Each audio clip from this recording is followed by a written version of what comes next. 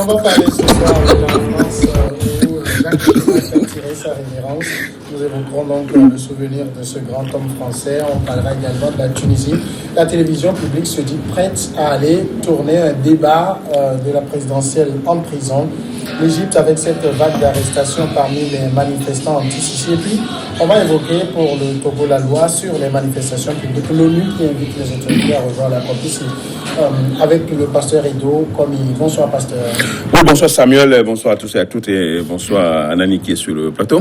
J'ai failli dire quelque chose. Non, il fallait rien dire. Il fallait rien dire. Bonsoir Samuel. Je suis très heureux de retrouver un futur président de la République.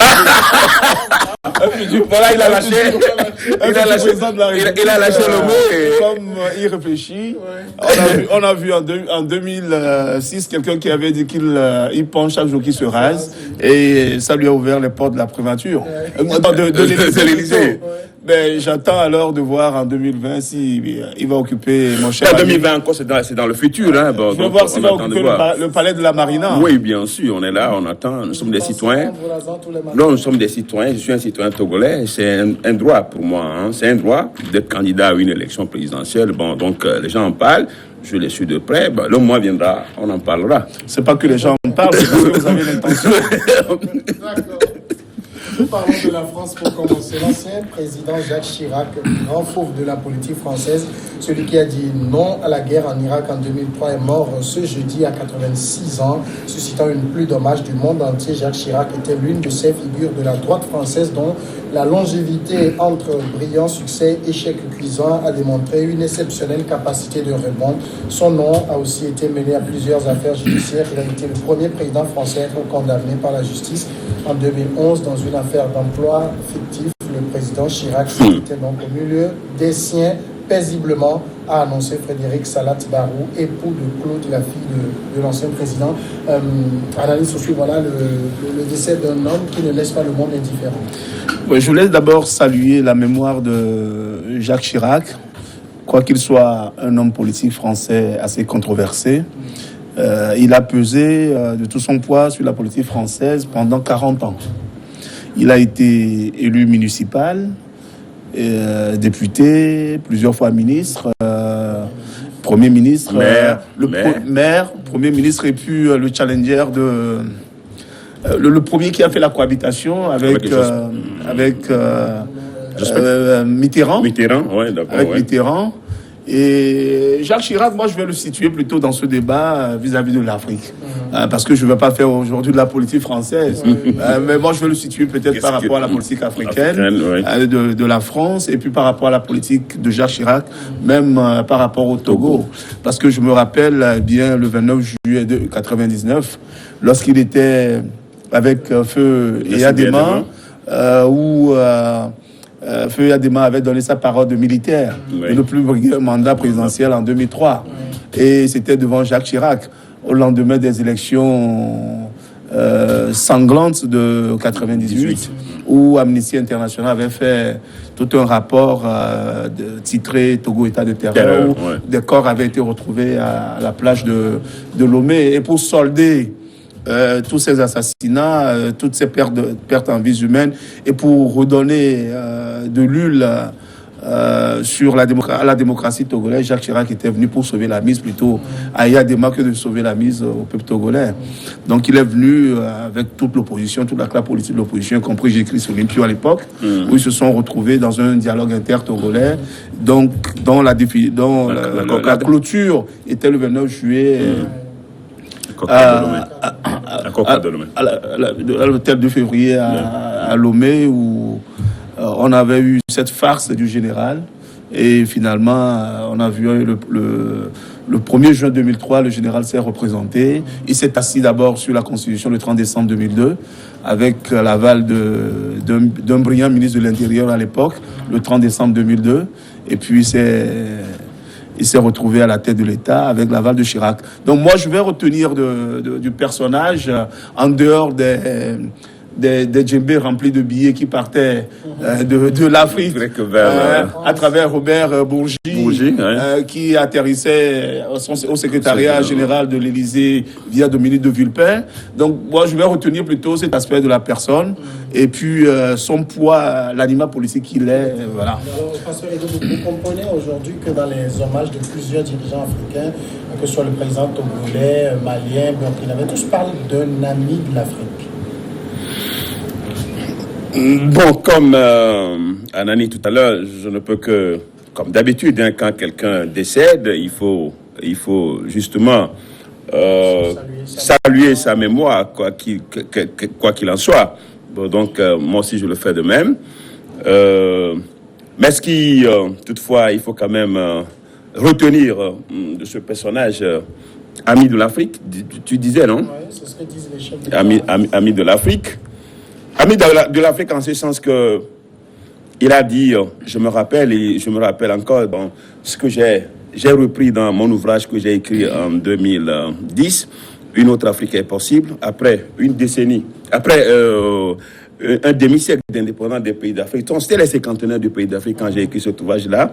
J'ai cité Chirac en disant, l'argent dans le porte-monnaie des Français vient de l'Afrique. L'argent dans le porte-monnaie des Français vient de l'Afrique.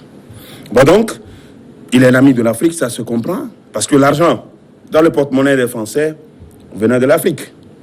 Et comme il a dit tout à l'heure, avec des billets qui sortaient de l'Afrique pour la France, donc il alimentait la France, et comme on le dit bien, sans l'Afrique, que peut devenir la France? Bon donc, il a bien dit, c'est l'ami de l'Afrique. En ce sens que les Africains, apparemment, n'en tirent pas grand profit. C'est entre les chefs d'État. Donc, toute cette vague de félicitations, d'hommages par ici, par là, se comprend par le fait qu'il a sauvé beaucoup de chefs d'État d'Afrique. Il les a sauvés. Il a été celui-là qui a apporté beaucoup à la dictature des chefs d'État en Afrique, quoi qu'on le dise. Bon donc, c'est le peuple d'Afrique qui n'a pas tiré grand-chose de Chirac, comme tous les autres chefs d'État, les autres dirigeants, les autres acteurs politiques. Ça se comprend d'ailleurs. Politique de la France. Ça se comprend d'ailleurs, l'Afrique n'a pas su tirer grand-chose de Chirac. Vous vous rappelez sa fameuse phrase, l'Afrique n'est pas encore mieux pour la démocratie. Oui, bien sûr. Justement. Et il faut pas condamner Chirac parce que il a protégé la France. Il a défendu les intérêts de la France. Et comme tout autre chef d'État français ou bien occidental, c'est toujours l'intérêt de leur pays. Et nous, les chefs d'État d'Afrique, eux, ne le savent pas. Eux, ils font autre chose. De Gaulle l'avait dit, hein, les pays n'ont pas d'amis. Ils n'ont pas d'amis, ils n'ont que d'intérêt. Ils n'ont que d'intérêt. Donc, prenez aujourd'hui Chirac. Depuis que Chirac, je crois que c'est en 2000, il a quitté le pouvoir en 2007. En 2007. Chirac, 2007. Après Chirac, il y a eu Sarkozy, il y a eu Hollande et Macron. De 2007 à 2019, il y a eu 3 chefs d'État en France. Mais il y a d'autres qui sont là quand Chirac était maire, quand Chirac était Premier ministre. Ils sont toujours au pouvoir au Cameroun, ils sont là au Congo, ils sont là partout. Et ils sont là. Voilà ce que nous faisons en Afrique. Bon donc,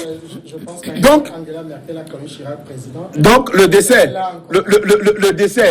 de Chirac, bon, c'est un événement, pas aussi, pour nous, ce n'est pas une urgence. Il est mort comme tout être humain, et il faut que les gens sachent que quoi qu'il en soit, ils mourront un jour. Mais quel est leur héritage? Qu'est-ce qu'ils auront laissé à l'humanité? C'est ce qui est important. On prend ce que disait le pasteur tout à l'heure, et vous l'avez cité, hein, on sait que Chirac, c'est un peu un filleul de De Gaulle.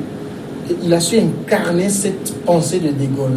La France-Afrique. On ne peut pas lui reprocher d'avoir défendu les intérêts français. Non, on ne peut pas lui reprocher. Non, pas du tout. On ne peut rien reprocher à Chirac. La faute est. Et à aucun dirigeant français.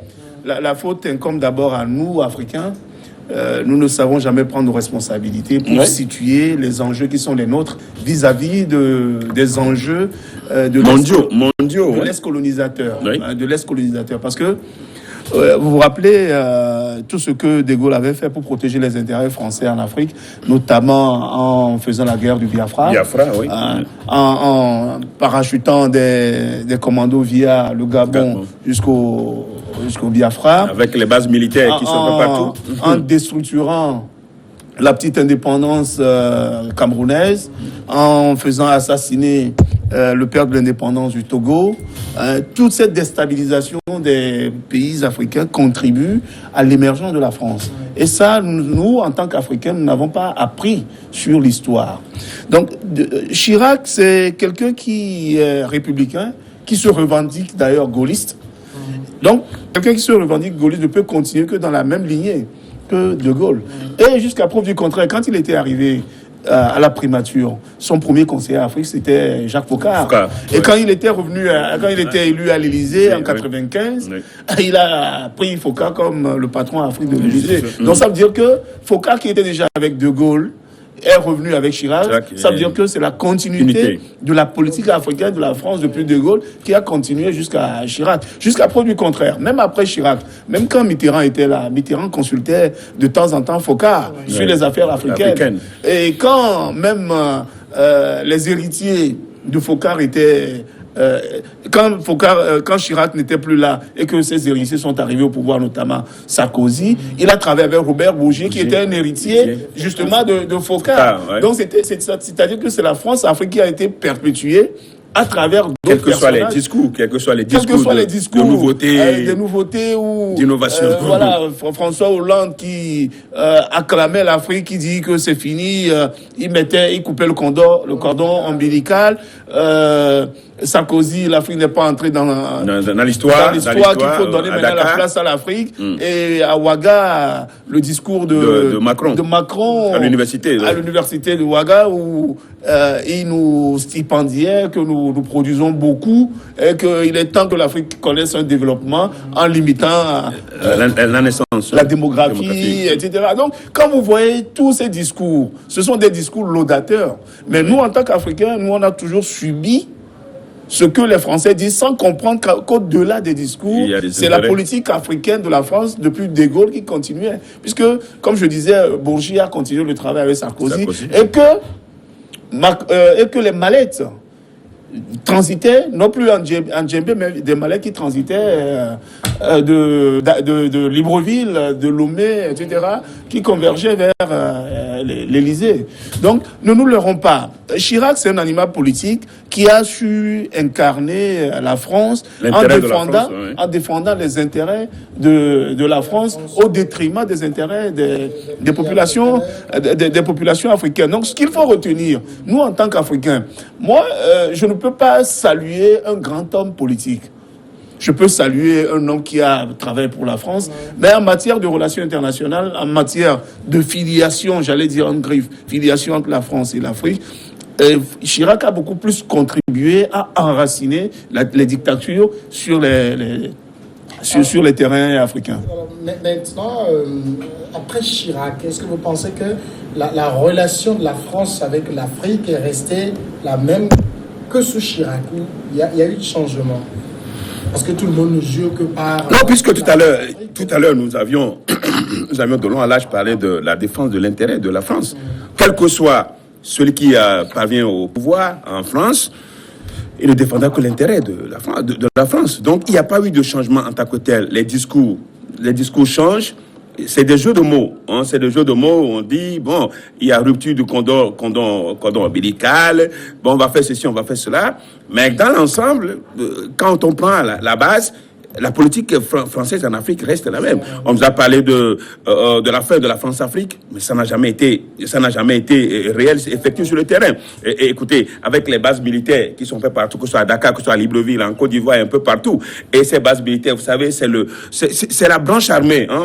Moi, je l'appelle la branche armée de la France-Afrique. Hein. C'est ça qui vient rapidement au secours au président. Vous voyez, tout récemment, au Tchad, où il fallait venir aider ce bébé pour couper l'invasion des rebelles. Donc, voilà ce que la France est. Donc, de toutes les façons, il nous revient, comme Anne l'a dit tout à l'heure, de prendre conscience. et de ne pas subir la France comme ça. Mais les gens veulent, ce qu'il faut savoir, c'est que les dirigeants africains veulent, coûte que coûte, sauver leur fauteuil présidentiel, peu importe ce qui advienne au peuple, et c'est dommage. Ouais, mais il y a quand même un aspect aussi, parce que... On va marquer dans la première pause et puis on va revenir juste après, continuer par en parler.